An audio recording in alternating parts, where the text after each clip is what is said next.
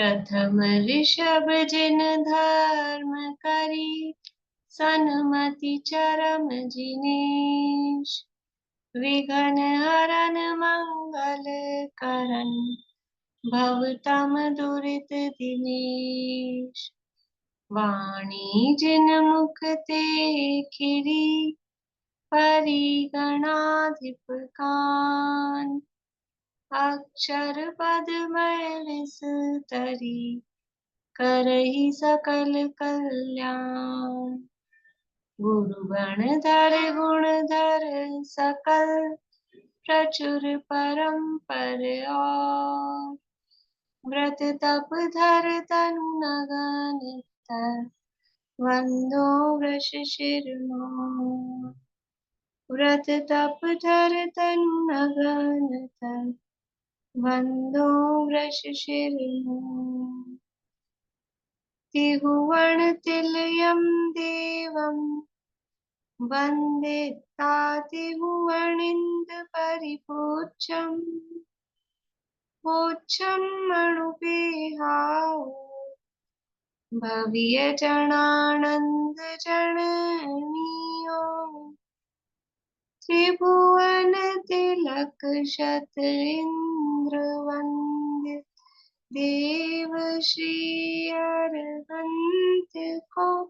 कर नमन कहूँ अनुपेक्षाएं, भव्य को सुख करहु।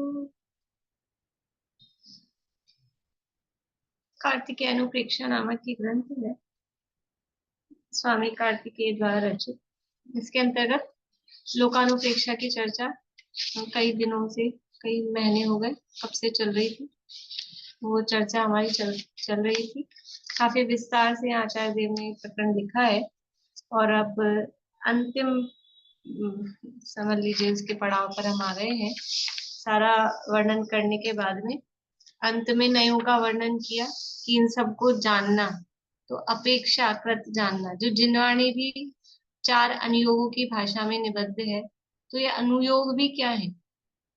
ये अनुयोग भी तो एक प्रकार की अपेक्षा ही है ना। द्रव्यानुयोग, कर्णानुयोग, ये क्या है? अनुयोग हम कह रहे हैं जिनवाणी की कथन करने की पद्धति। तो हम यदि अध्यात्म की अपेक्षा या हम द्रव्य की अपेक्षा वस्तु का कथन करेंगे तो हम कैसे कहेंगे? जैसे 4 प्रकार के सम्यक दर्शन कहे जाते हैं। चरणानुयोग का सम्यक दर्शन अलग होता है, कर्णानुयोग का सम्यक दर्शन अलग होता है, द्रव्यानुयोग का सम्यक दर्शन अलग होता है। ये क्या बात होती है? ये अपेक्षा है, ये नए है। चरणानुयोग का सम्यक दर्शन कौन होता है, कौन सा होता है? बोलिए। जो अन्याय अनीति अवक्षय का त्यागी होता है, चरणानुयोग की अपेक्षा। श्लोक बोल सकते हैं? आपका चाहते हैं? हाँ,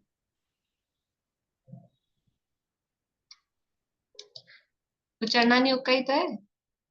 श्रद्धानं परमार्थानं आप्तागम तपोभितां, त्रिमूढ़ापूर्णमष्टांगम सम्यक दर्शनम स्वयं।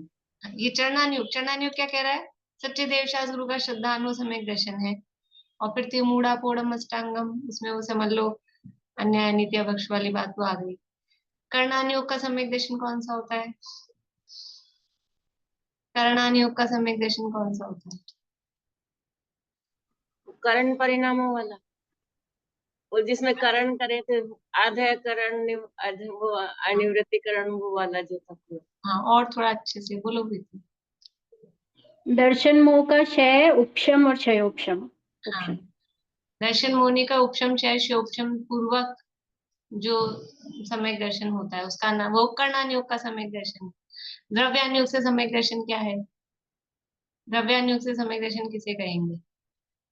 विनीता आंटी, द्रव्यानुयोग में सम्यक दर्शन किसे कहेंगे? अपनी आत्मा के ज्ञान होने को सम्यक दर्शन कहते हैं। आत्मज्ञान भिन्न आप में रुचि सम्यक तो भला, ये द्रव्यानुयोग का सम्यक दर्शन है। अपनी तो ये सम्यक दर्शन 3 है कि 1 है? सम्यक दर्शन 1 है, उसको किस अपेक्षा से कहा जा रहा है? तो ये जिनवाणी है, ये अपेक्षाकृत कथन करती है, तो उस अपेक्षाओं को समझना। बिना अपेक्षा समझे कुछ समझ नहीं सकते, कुछ बोल नहीं सकते। ये स्यादवाद के बिना, नयवाद के बिना हम एक शब्द नहीं बोल सकते, हम एक शब्द समझ नहीं सकते, इसलिए इनको समझना अत्यंत आवश्यक है। बोलिए आशा। मैं कल यही पूछ रही थी, प्रमाण से सम्यक दर्शन को क्या कैसे कहेंगे? ये सब नयों में हो गए ना, एक तरह से अगर नए से ही समझे हमने, सम्यक तत्वार्थ श्रद्धानम सम्यक दर्शनम, और इधर इसमें वो भेद ज्ञान, और इधर ये सब। अब प्रमाण से किसी को एक नम बताना समझ, प्रमाण से कैसे समझेंगे? तो क्या कहते हैं, तीनों मिक्स कर देंगे, चारों देखो, पांचों समझेंगे। सम्यक दर्शन है वो पर्याय है, उस पर्याय का कथन अपेक्षाकृत किया जा रहा है। प्रमाण है वो पूरी वस्तु को ग्रहण करता है। हाँ, तो अब इसको हम प्रमाण से नहीं देख सकते। सम्यक दर्शन तो वो एक जीव द्रव्य की पर्याय है ना, वो तो जीव द्रव्य की अब कोई पर्याय है। आदमी जैसे पूछ लेता है सम्यक दर्शन कैसे क्या है, किसी लेमैन को होता, तो हम वो पर्याय वगैरह कुछ समझता भी नहीं है, तो क्या बताएंगे क्या है सम्यक हाँ, दर्शन? हाँ, तो सम्यक दर्शन को यही बताया जाएगा ना कि हम सम्यक दर्शन ही अपनी आत्मा, अब वो तो अपनी अब वो तो इतना इस समझता ही नहीं कि पर्याय है, ये है वो। जैसे सम्यक दर्शन, हमने कहा हम सम्यक दर्शन ज्ञान चरित्र, कोई सम्यक दर्शन क्या, तब आप उसको एकदम क्या बताओ पर्याय? हाँ, तो ऐसा ही कहना पड़ेगा कि तत्वार्थ श्रद्धान सम्यक दर्शन है, और जब ऐसा होता है तब कर्मों में वो सारी बातों को एक साथ बोलना, वो प्रमाण हो गया। तो उन तो सबको वो इकट्ठा करके बोलना, वही वो प्रमाण होगा। हाँ, वो एक बात है कि प्रमाण जैसे उसमें क्या बोलेंगे। हाँ। तो यहाँ नयों का प्रकरण बताने के बाद में फिर नयों के कथन का संकोच भी किया कि इस नयों के माध्यम से वस्तु को जो सिद्ध करता है वही सम्यक दर्शन ज्ञान चारित्र स्वर्ग और मोक्ष की सिद्धि करता है। और फिर कल हमने देखा था कि इस तत्वार्थ को, तत्वार्थ श्रद्धानम सम्यक दर्शनम, ये कौन से अनुयोग का है? ये भी द्रव्यानुयोग का तत्वार्थ श्रद्धान, तत्वार्थ की चर्चा उस द्रव्यानुयोग की चर्चा है। तो जो तत्वार्थ को सुनने, जानने और धारणा और भावना करने वाले जीव हैं, वो भी बहुत विरले हैं, बहुत ही कम है, बहुत रेयर है, बहुत दुर्लभ है। और उन दुर्लभ जीवों में हमारा मान लो नंबर आ गया है कि इस तत्वार्थ को हम सुनने समझने के लिए, उसको धारण करने के लिए हम उत्सुक हैं, उत्साहित हैं, ऐसा यहाँ पर कह रहे हैं। अब कहते हैं, पेज नंबर 125 है, 125 नंबर पेज है, गाथा नंबर 280, कार्तिकेय अनुप्रेक्षा। अब कहते हैं कि जो कहे हुए तत्व को सुनकर निश्चल भावों से भाता है, वह तत्व को जानता है। जो इस तत्व को सुनकर और फिर भा रहा है, इसका मतलब विरले पुरुष इसको भाते हैं, तो निश्चल भावों से भाता है, वह तत्व को जानता है। बोलना प्रीति पीछे। तच्चम कहिज्यमाणम तच्चं कहिज्यमाणम् निश्चल भावेण गृह्णदे जो हि निश्चल भावेण गृह्णदे जो हि तं चीय भावे दिशया तं चिय भावे दिशया तो वियतच्चं वियाणि। सोऽवियतच्चं वियाणे तच्चं कहिज्यमाणं निश्चल भावेण गृह्णदे जो हि तं चीय भावे दिशया सोऽवियतच्चं वियाणि। तच्चं कहिज्यमाणम् निश्चल भावेण गृह्णदे जो हि तं चिय भावे दिशया सोऽवियतच्चं वियाणे। तच्चम कहिज्यमाणम, कहिज्यमाणम यानी कहे गए, तच्चम यानी तत्व को। कहे गए किसके द्वारा कहे गए, कौन कहेगा? कि जो ज्ञानी गुरु हैं, गुरुओं के द्वारा कहे गए, बताए गए तत्व को निश्चल यानी निश्चल भावेण भाव के द्वारा गृह्णदे ग्रहण करता है, जो यानी जो ही, जो पुरुष, जो व्यक्ति गुरुओं के द्वारा बताए गए, कहे गए, उपदेश दिए गए जो तत्व है, जो उपदेश दिया गया आत्मा के स्वरूप का, उसको निश्चल भाव से, चलायमान नहीं होता है, निश्चल भाव से ग्रहण करता है। तम चीय भावेदी सया, सया यानी सदा निरंतर, चीय यानी आत्मा की भावना करता है, वह जीव उसकी भावना करता है। सो वियत तच्चम वियाणेहि, वह ही तत्व को, सो यानी वह, वी यानी अपी, भी ही के अर्थ में लगा सकते हैं। सो भी, वह ही तच्चम यानी तत्व को, आत्मा के स्वरूप को, वियाणेहि यानी जानता है। अन्वयार्थ, जो पुरुष गुरुओं के द्वारा कहे हुए तत्वों के स्वरूप को निश्चल भाव से ग्रहण करता है, अन्य भावनाओं को छोड़कर उसी की निरंतर भावना करता है, वह ही पुरुष तत्व को जानता है। ये गुरुओं ने जो तत्व का स्वरूप बताया है, उस तत्व के स्वरूप को जो ग्रहण करता है और उसकी निरंतर भावना करता है, तो वही तत्व को, देखो यहाँ जानना, ज्यादातर क्या होता है, अपन जानना शब्द तो फर्स्ट लेवल पे लेते हैं कि पहले जानता है और फिर ग्रहण करना और भावना करना वो हम गहराई वाली उसमें लेते हैं। यहाँ कह रहे हैं कि पहले जो तत्व का स्वरूप उन्होंने बताया, उसको ग्रहण किया, मतलब सुन के थोड़ा समझा, और फिर निश्चल भाव से उसको ग्रहण किया और फिर उसी की निरंतर भावना कर रहा है, तो वो तत्व को जानता है। यहाँ जो जानना कह रहे हैं, ये जानना है अनुभव के अर्थ में, वेदने के अर्थ में।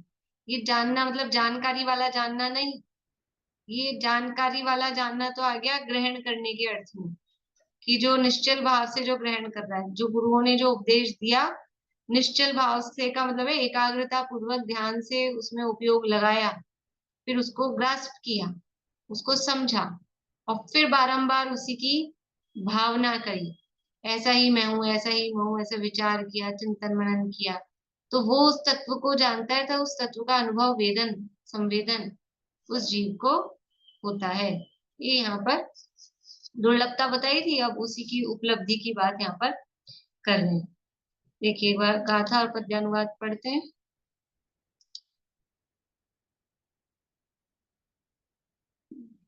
कौन पढ़ेगा? बोली हरेंद्र जी, आप पढ़िएगा गाथा और पद्यानुवाद। मैं बुलवा रही हूँ। तम तच्चम कहेज्यमाणम तच्चं कहिज्यमाणं निश्चल भावेण गृह्णदे जो हि निश्चलभावेन गृह्णदे जो हि तम चीय भावे दिशया तं चियभावे दिशया तो वियतच्चम वियाणे।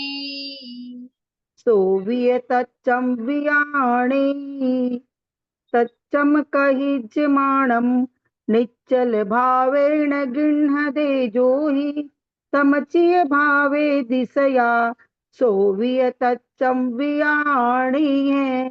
ग्रहण करता जो पुरुष यह तत्व निश्चल भाव से भावे, यही तच्च अन्य को जाने वही नर तत्व को।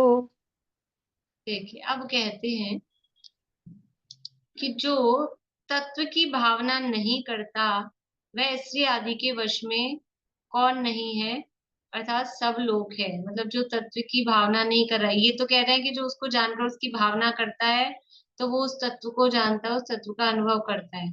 और जो तत्व की भावना नहीं करता, वो कौन है, कि वो सब लोग है। वो क्या है, स्त्री आदि के वश में कौन नहीं है, यानी सारा दुनिया जो तत्व की भावना नहीं कर रही है, वो सब स्त्री आदि पंचेंद्रिय के विषयों के वश में है। ये यहाँ कह रहे हैं। बोलिएगा आशा आंटी, आप पूछिए। कोण वसो इत्थि जने कौन वसो इत्थि जने सोण जियो इंदिये ही मोहेण। नहीं, पहले 281 बोलेंगे अच्छा ना। हाँ हाँ, ये गलत होगी। कोण वसो इत्थि जने कौन वसो इत्थि जने कस्सन मयणेन खण्डियमाणम् कस्न मयनेन खण्डियमाणम् को इंदिये ही न जियो को इंदिएह्यं न जियो कोण कसाये ही संतत्तो कौन गसाये ही संततो कोण वसो इत्थि जने कस्सन मयणेन खण्डियमाणम् को इंदिए ही न जियो, कोण कसाए ही संततो। कोण वसो इत्थी जने, कसन मैनेन खंडियम माणम, को इंदि एहि न जियो, कोण कसाए ही संततो।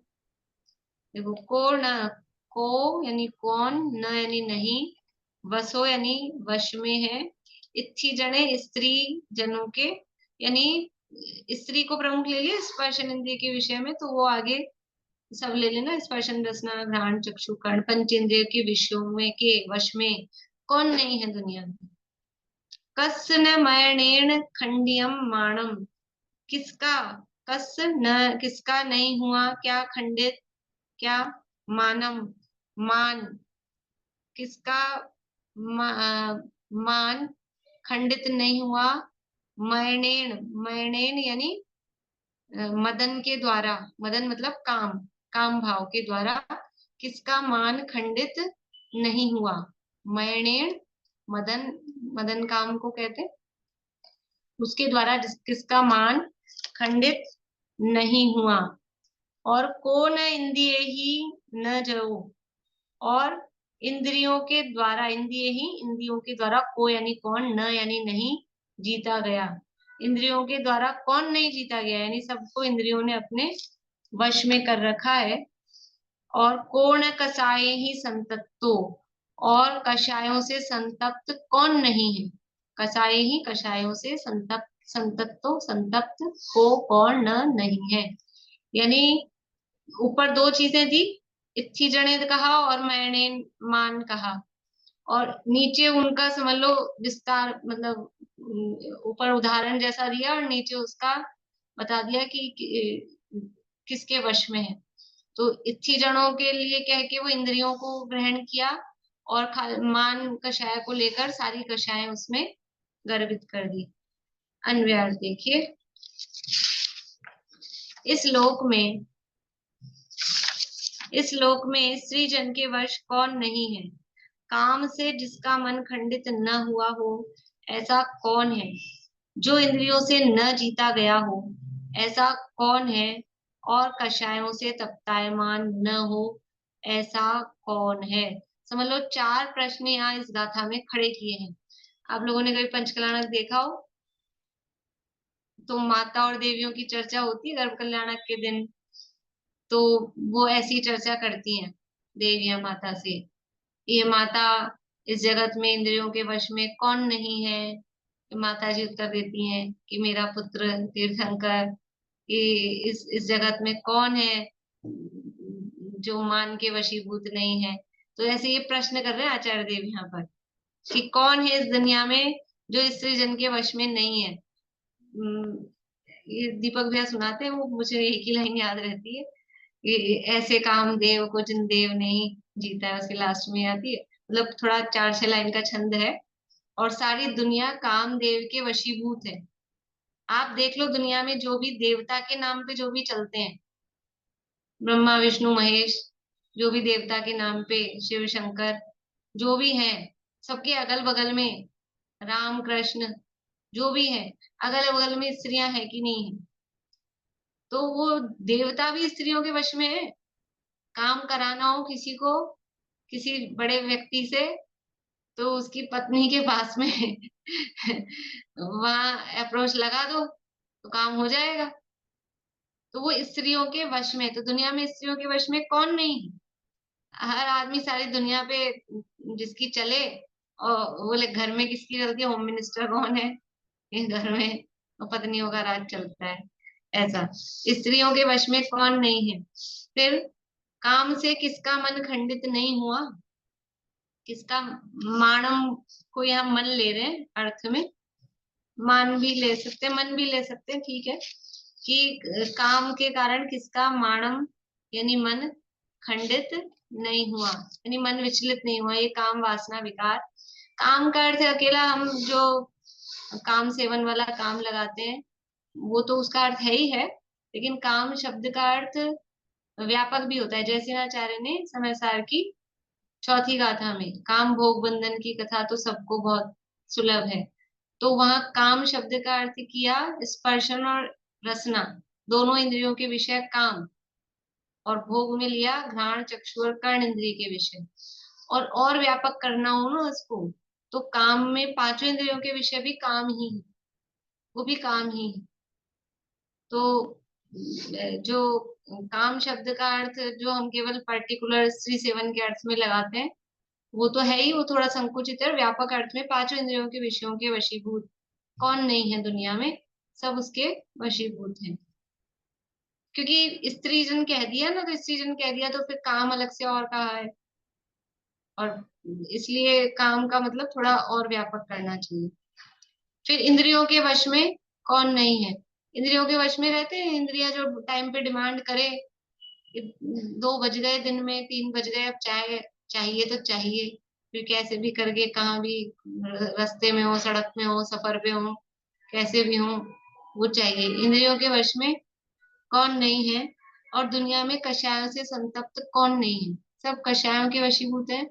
कोई क्रोध के वश, कोई मान के वश, कोई मायाचारी के वश, और लोभ का तो साम्राज्य है। सबसे ज्यादा टाइम, सबसे ज्यादा जो कषाय चलती है, लोभ कषाय चलती है। अब हम पकड़ पाते हैं कि नहीं पकड़ पाते हैं, वो कई बार देती रहती हूँ क्लू। कोशिश करना चाहिए अपने भावों को पकड़ने की, कि ये मेरे जो भाव हो रहे हैं, ये कौन सी कषाय चल रही है इसमें। कभी बैठ जाए फ्री और लगे अब कुछ काम नहीं है, ऐसा लगे रेणु जी अब कोई किताब भी नहीं है, कोई गाथा अब कौन सी याद करूं, पीडीएफ भी नहीं है, तो क्या करूं। तो ये चिंतन मनन विचार करें, फिर ये निकाल के लाएं जुगाली, कि कुछ कुछ पॉइंट अपने को मिले हुए हैं चिंतन के विचार के, तो कुछ चिंतन विचार मनन करें। ये चिंतन विचार मनन कब कर सकते हैं, कब नहीं कर सकते। देखो ग्रंथ पढ़ने के लिए और याद है, और याद में कुछ भूल गए तो अपने को पराधीनता है। पुस्तक चाहिए, अब पुस्तक भी नहीं हो तो चलो अपने पास आजकल पीडीएफ मोबाइल में सुविधा है, कभी कदाचित वो भी नहीं होती, गायब हो जाती, उड़ जाती है, डिलीट हो जाती है, ऐसा होता है। कभी डाउनलोड नहीं की और बहुत दिन हो गए, चली गई, ऐसा। अब क्या करें, बिस्तरों में है, शुद्ध अवस्था में है, बीमारी की अवस्था है, फिर हमारे मन में ऐसा रहता है कैसे ग्रंथ पढ़ें। पर चिंतन मनन विचार के लिए कोई कोई बाउंडेशन नहीं है, कोई नहीं। तो कुछ कुछ पॉइंट्स अपने पास होने चाहिए कि हम जिसके आधार पर चिंतन मनन विचार कर सकें, और अपने परिणामों को, कि ये या जो काम हम कर रहे हैं, तो ये काम कर रहे हैं इसके पीछे क्या भाव, और क्या ये सही है, क्या ये गलत है, उसकी थोड़ी सी अपने आप से ही उसमें कुछ सही गलत का ऐसा विचार करके, तो कुछ कुछ अपने को पकड़ में आएगी बातें, कि हम ये काम कर रहे हैं तो इसमें ये सही है, और पर अगर ये काम कर रहे हैं और वैसा ही दूसरा काम है, और ये तो नहीं कर रहे हैं और ये कर रहे हैं, तो फिर ये भी नहीं करना, मतलब ऐसा करके कुछ भी। केवल आपको उदाहरण के लिए बता रही हूँ कि इस तरह से अपन विचार चिंतन मनन अपने को करना चाहिए। या फिर मैंने ये त्याग किया, ये ग्रहण किया तो क्यों किया, ये काम कर रही हूँ तो क्यों, हर हर चीज के पीछे थोड़ा क्यों लगाएं, तो अपन उसकी तल तक, उसकी गहराई तक जा सकेंगे। मैं ये पूछ रही थी कि जैसे रात में नींद खुल जाती है अक्सर, तो मतलब ऐसा शुद्ध होते हैं, लेकिन बिस्तर पे चूंकि लेटे होते हैं तो वो अशुद्धता तो है, तो उस टाइम पे उठ के कुर्सी पे बैठ के पीडीएफ पढ़ सकते हैं। हाँ हाँ, मतलब जैसे आईपैड में पढ़ी हुई है पीडीएफ, तो मतलब घंटे 2 घंटे पढ़ नींद सकते नहीं आ रही है, तो फिर तो कभी यह है कि क्रमबद्ध पर्याय का सुन लिया या वो करा, तो पढ़ पढ़ सकते हैं। देखिए अब यहाँ भावार्थ में कह रहे हैं, विषय कषायों के वश में सब लोग है, और तत्वों की भावना करने वाले विरले ही है। मतलब वही प्रकरण चल रहा है, विरले जो दुर्लभता की बात बताई थी उसी को आगे बढ़ा रहे हैं। अब कहते हैं कि जो तत्वज्ञानी वह सब परिग्रह का त्यागी होता है, वह स्त्री आदि के वश नहीं होता। ऊपर जो प्रश्न उठाए थे उसके जवाब दे रहे हैं अब अगली गाथा में, कि क्या क्या प्रश्न है, याद रखना है। कौन स्त्रियों के वश में नहीं है, किसका मन काम से खंडित नहीं है, कौन इंद्रियों के वश में नहीं है, और कौन कषायों से संतप्त नहीं है। 4 प्रश्न हैं, और उत्तर कितने मिलने वाले हैं, उत्तर ही एक ही उत्तर है। देखिए गाथा पढ़ते हैं, बोलिएगा अलका जी, आप बोलिएगा पीछे। सोणवसो इत्थि जने सोनवसो इति जने सोणजियो इन्द्रिये हि मोहेन सोनजियो इन्द्रिये हि मोहेन सोणय गृह्णति गन्धम् जोण जोणय गृह्णति गन्धम् जोनय गिन्हति गन्धम् बाहिरं सर्वम् अभ्यन्तरबाहिरं सर्वम् सोणवसो इत्थि जने सोणजियो इन्द्रिये हि मोहेन जोणय गृह्णति गन्धम् अभ्यन्तरबाहिरं सर्वम् सोनवसो इति जने सोनजियो इन्द्रिये मोहेन जोनय गिन्हति गन्धम् अभ्यन्तरबाहिरं सर्वम् सो यानी वह बाद में बोलेंगे सत्य बात। सो यानी वह कौन वह है वो बताते हैं। जो सो न वसो इत्थि जने वह स्त्री जनों के वश में नहीं है। सो न जियो इंद्रिये ही मोहेन है और वो इंद्रियों के द्वारा और मोह के द्वारा इंद्रियों और मोह से न जियो नहीं जीता गया है। मोह ये इंद्रियां ले लिया नीचे इसमें प्रश्न में थर्ड वाले में इंद्रिय था और मोह के अंतर्गत समझ लो सारा ये ले लिया कषायों के। तो जो वो इंद्रिय स्त्रियों के वश में नहीं है, वो इंद्रियों के वश में नहीं है और वो मोह के वश में भी नहीं है। कौन नहीं है? जो नय गृह्णति गन्धम् जो यानी जो व्यक्ति जो पुरुष न यानी नहीं गृह्णति ग्रहण करता है गन्धम यानी परिग्रह को। कौन सा परिग्रह? अभ्यंतर बाहिरम सब जो अंतरंग और बहिरंग सब परिग्रह को ग्रहण नहीं करता मतलब उसका त्याग कर देता है, वही जीव वही पुरुष वही व्यक्ति स्त्रियों के वश में नहीं होता और वो ही इंद्रियों को और मोह को यानी कषायों को, ये जो दो थे ना मैणेन खंडियम और कसाय संतत्तो, इनको एक में ले लिया और इच्छी जड़ों ये ले लिया इंद्रिय ही ले लिया, मोहेन में ये दोनों ले लिए।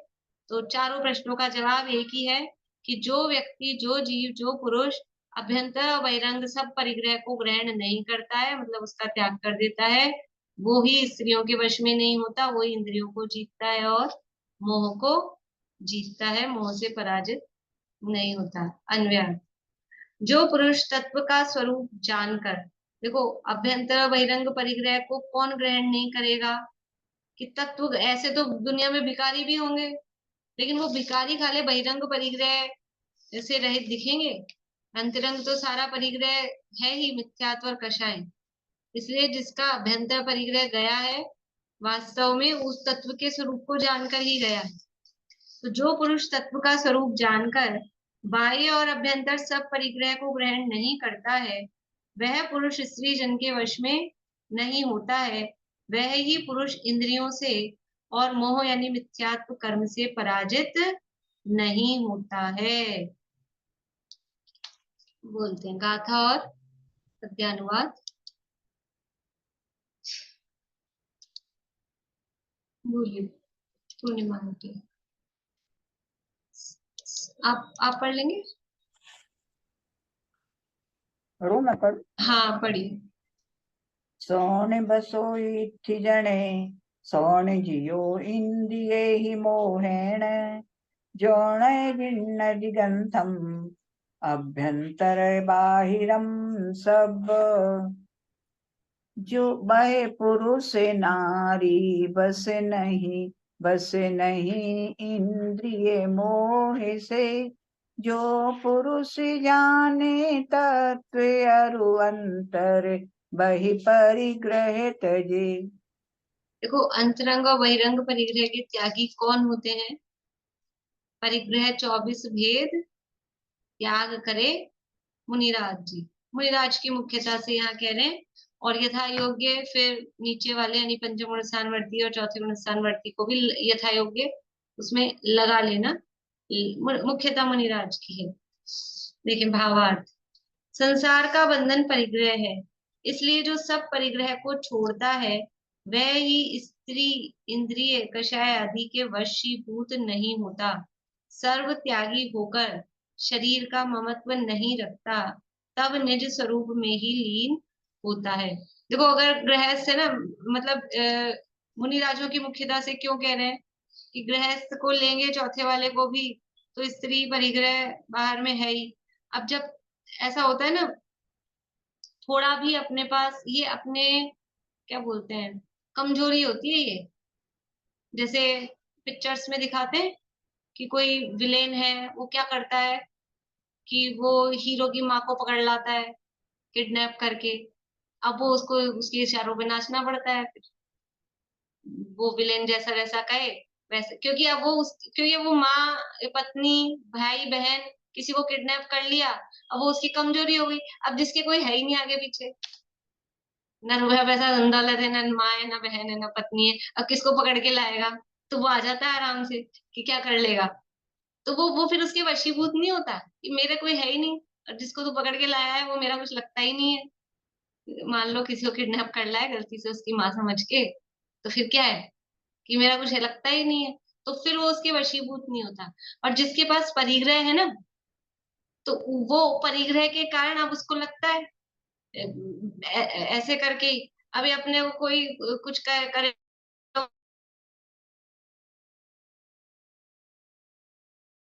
कि नहीं मान रहे हो, नहीं मान रहे हो तो लो, ये आपका मोबाइल उठा के फेंक रहा हूँ नीचे, उठा लिया हाथ में, अब आप हमको ये रुपए दो कि हमारे कहना मानो, नहीं तो लो अभी तोड़ रहा हूँ। अब अपन क्या करेंगे कि नहीं भैया मोबाइल बचाना है, तो ले वही, उसके वशीभूत हो जाते हैं। क्योंकि अब वो परिग्रह अपना है ना, उससे अपने को मोह है। तो जिसके पास कुछ नहीं है, ना स्त्री है, ना बाहर परिग्रह है, बहिरंग भी नहीं है और अंतरंग भी नहीं है, बहिरंग नहीं हो लेकिन अंतरंग में हो तो भी वो परेशान रहता है, उसके वशीभूत रहता है, उसको प्राप्त करने की इच्छा करता है। और बहिरंग है तब तो अंतरंग है ही है और उसके वशीभूत है। इसलिए जब संपूर्ण परिग्रह से रहित है, तो अब आ जाओ ना कोई भी विलेन, क्या फर्क पड़ता है, क्या कर लेगा? ये परिग्रह मेरा नहीं। ऐसी गाथा है समय सार में, छिद जाए या छिद जाए कोई, अथवा प्रलय को प्राप्त हो, जावे चला चाहे जहां, पर परिग्रह मेरा नहीं। बस आत्मा ही आत्मा का परिग्रह यह जान कर। राग बदल रही है, मैं गाथा बोली, बस आत्मा ही आत्मा का परिग्रह यह जान कर, पर द्रव्य मेरा है बताओ कौन बुध ऐसा कहे। आत्मा ही आत्मा का परिग्रह है, मतलब परिग्रह मतलब जिसने जिसको ग्रहण कर रखा है, चारों ओर से ग्रहण कर रखा है, वो परिग्रह है। तो आत्मा ही आत्मा का परिग्रह है, ये बाहर में।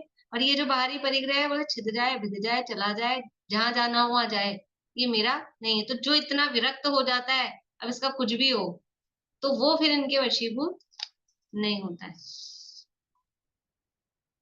संसार का बंधन परिग्रह है, इसलिए जो सब परिग्रह को छोड़ता है वह ही स्त्री इंद्रिय कषाय आदि के वशीभूत नहीं होता है, सर्व त्यागी होकर शरीर का ममत्व नहीं रखता है, तब निज स्वरूप में ही लीन होता है।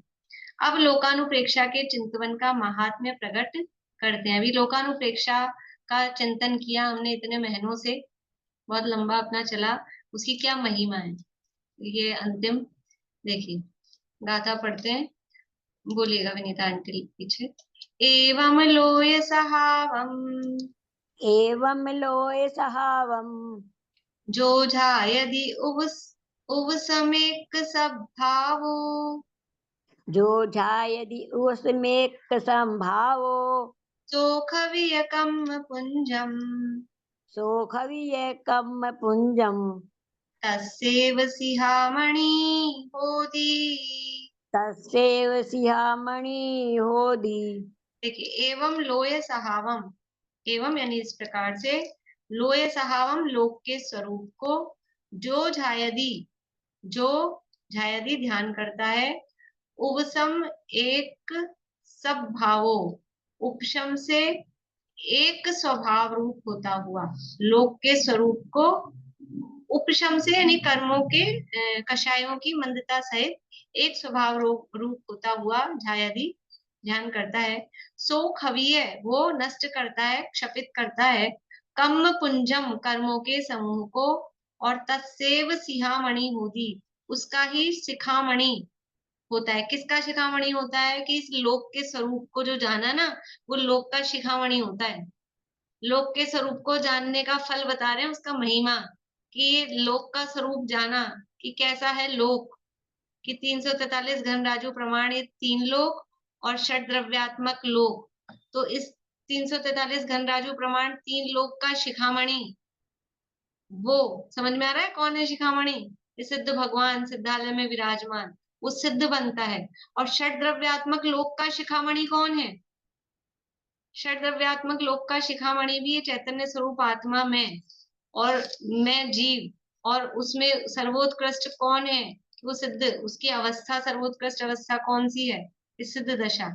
तो वो इस लोक का शिखामणि होता है। देखिए थोड़ा पूरा कर लेते हैं, इसलिए मैं फास्ट ले रही हूँ। जो पुरुष इस प्रकार लोक के स्वरूप को उपशम से एक स्वभाव रूप होता हुआ ध्याता है, मतलब लोक के स्वरूप का खाली जोड़, बाकी गणित में अलौकिक गणित पढ़ी, अब क्या क्या पढ़ा ख्याल आ रहा है?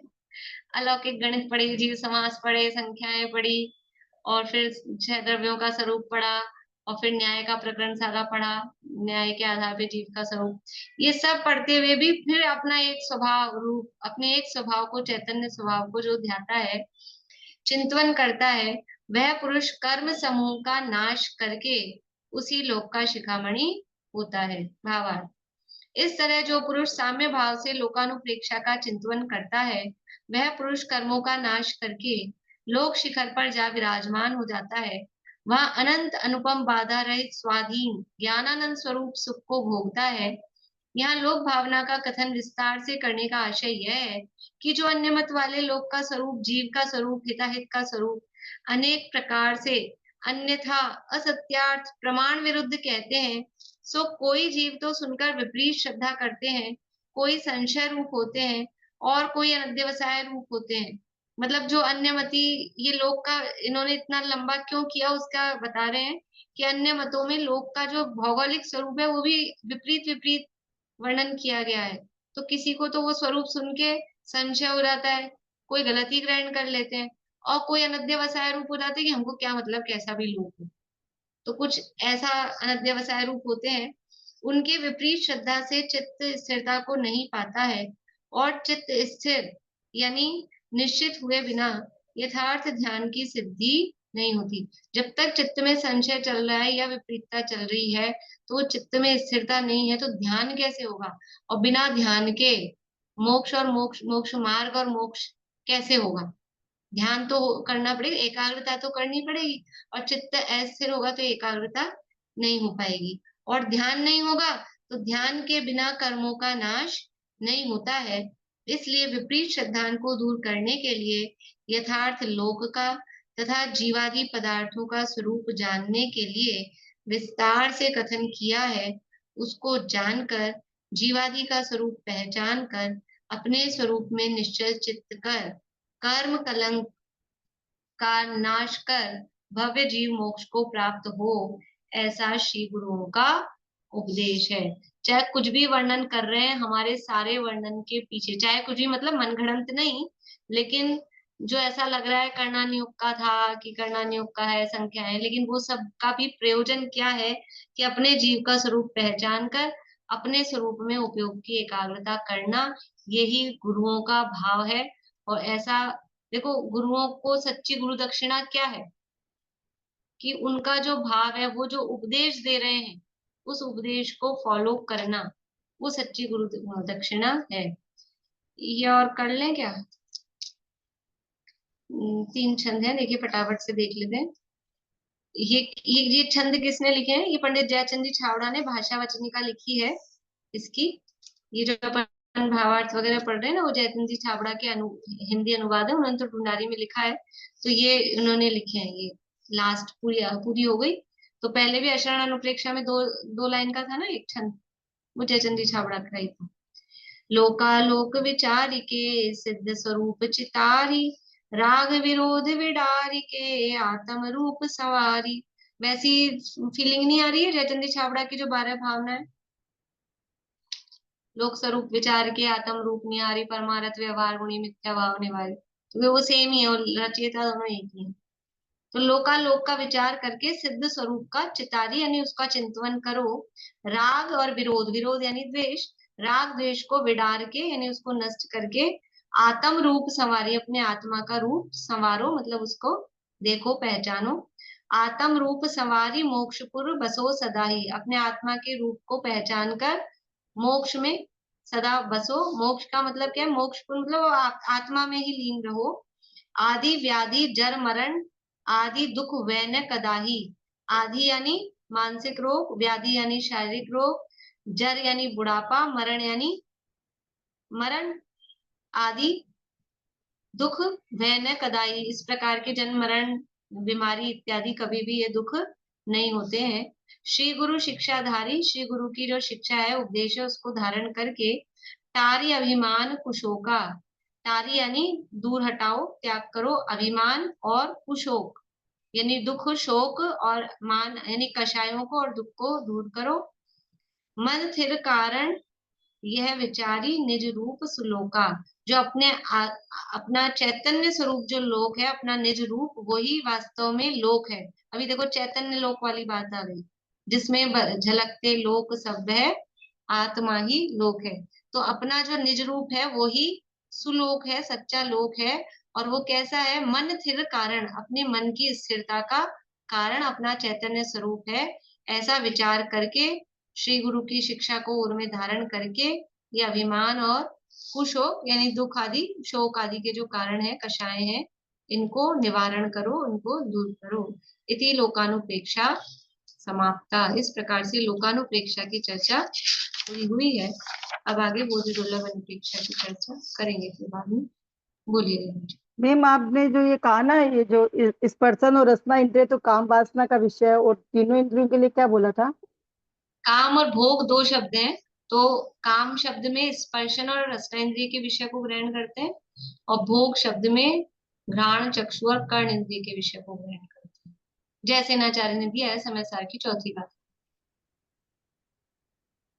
इस तरह से ये जो लोक भावना का स्वरूप को समझकर हम अपने चैतन्य लोक को जाने पहचाने और उसमें लीन हो। ये पूरी इतनी लंबी भावना लिखने का क्या उद्देश्य रहा? क्या इसको पढ़ना सफल कब हुआ? कि हम अपने चैतन्य स्वरूप को पहचान कर और फिर अंदर में अपने चैतन्य स्वरूप को पहचान कर बाहर में उस लोक के शिखर के शिखामणि बने। ऐसी भावना से ये लोकानुप्रेक्षा की चर्चा आज संपन्न होती है। जिनवाणी स्थिति। बोलिए रेणु जी।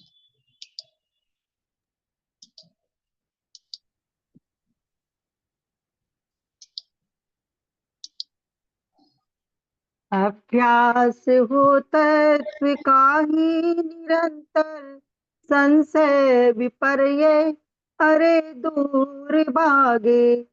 जिनागम पढ़े और पढ़ावे सभी को, सदा ज्ञान दीपक सुजलता हो आगे। जिन आज्ञा हो शीस पर नित हमारे, समाधान हो ज्ञानमय सुखकारी। गुरुवर का गौरव सदा हो हृदय में, वही ज्ञान धारा सुआनंदकारी। वस्तु स्वभावमयी धर्म सुखमय, प्रकाशे जगत में अनेकांत सम्यक। ऊंचा रहे जो सदा स्वार्थवादी, निर्दोष सद्ज्ञान जयवंत वर्ते। सर्वज्ञ शासन जयवंत वर्ते, निर्ग्रंथ शासन जयवंत वर्ते।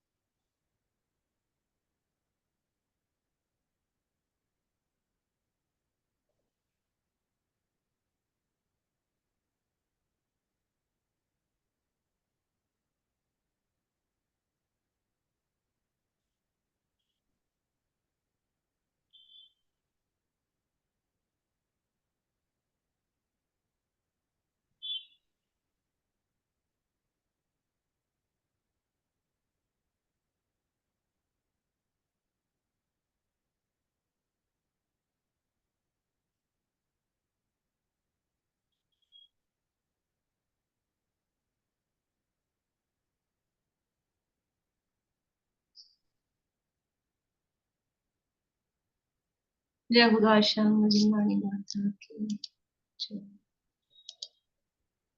जय श्री